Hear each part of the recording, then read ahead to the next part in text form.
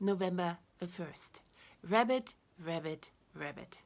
With superstition for this month out of the way, grab a coffee and let's talk about a realistic utopia of a fair society, because it's the only chance we got to banish violence and wars from our lives.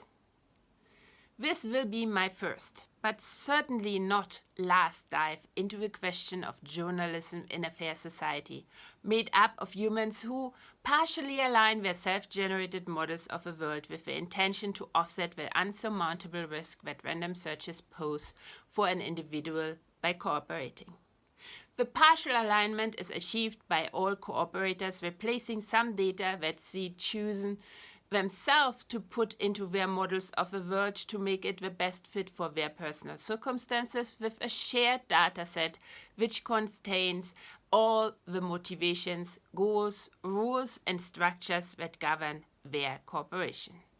In a fair society, the maintenance and update of a replacement data set is a right and duty of every cooperator, with the voice of each of them having the same weight in the process. This goes back to the fact that each cooperator individually must implement the replacement dataset to its full extent into their word generation processes, which happen in their minds. It's an action that requires agreement, therefore, because it can't be done from the outside. Agreement is reached by keeping the replacement dataset clean of any provisions that are not necessary to achieve the shared goals of a cooperation while delivering toward the shared motivations even for the least advantaged, and by convincing each other, allowing oneself to be convinced of updates to the replacement dataset as the individual models of the cooperators evolve due to data gathered in the random searches. The ground set now. The first thing to say about journalism in any society is that we must not act as if there's a single reality that can be objectively covered by everyone alike. As every human being generates their own models of the world, one at a time in quick succession based on what was already there exist as many realities as there exist conscious humans. And they are diverse. Journalists aren't exempt from that. They aren't given a secret access to the one true reality along with their press credentials.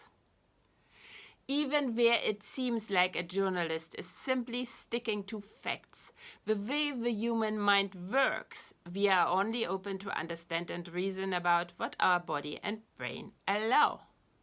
A shattered model of the world requires a resource-intensive rebuild while we are flying blind. Thus, unless it's unavoidable because our existing model of the world is so flawed that it represents a grave danger in and of itself, any incoming data that would knock all the hypotheticals our existing model is made up of on the head will not compute. They will not make their way into the model which represents reality to us and which the journalist uses to write their story. So it is of utter importance to understand and remind ourselves repeatedly that everyone will only report anything in the limits of their reality, while we absorb their reports in the limits of our reality. It's in the challenge to find the limits of our model and to push against them that we improve this model change by tiny change. The questions we ask, that's a random search. Only cooperation enables the individual to engage in. A journalist is therefore the personification of what we seek in cooperation. The random search. This entails a warning. Random searches pose an insurmountable risk to the individual because of their high rate of failure to produce what is immediately usable. Their high payoff is generated in numbers. Many reports from diverse viewpoints, all coming together to make a big picture that comes close to what might be the truth. Not one reporter. Okay, as I said, this is to be continued. Any thoughts so far? Tell me, tell all. Since our models of the world change with every new information we gather, and the models are only accessible to others when we communicate them because they are the product of our mind, the only place where they exist, we are part of never-ending negotiations that require constant conversation and debate if we want ever to end up in a fair society. That's all I want to say for today.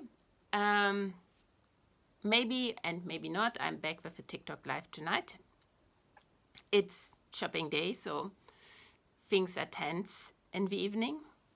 There might be time to do it, there might not be time to do it. I will be back with another video tomorrow, I guess, about journalism once more, because there's still more in my head right now, I want to say. And I hope I meet you again. Until then, bye.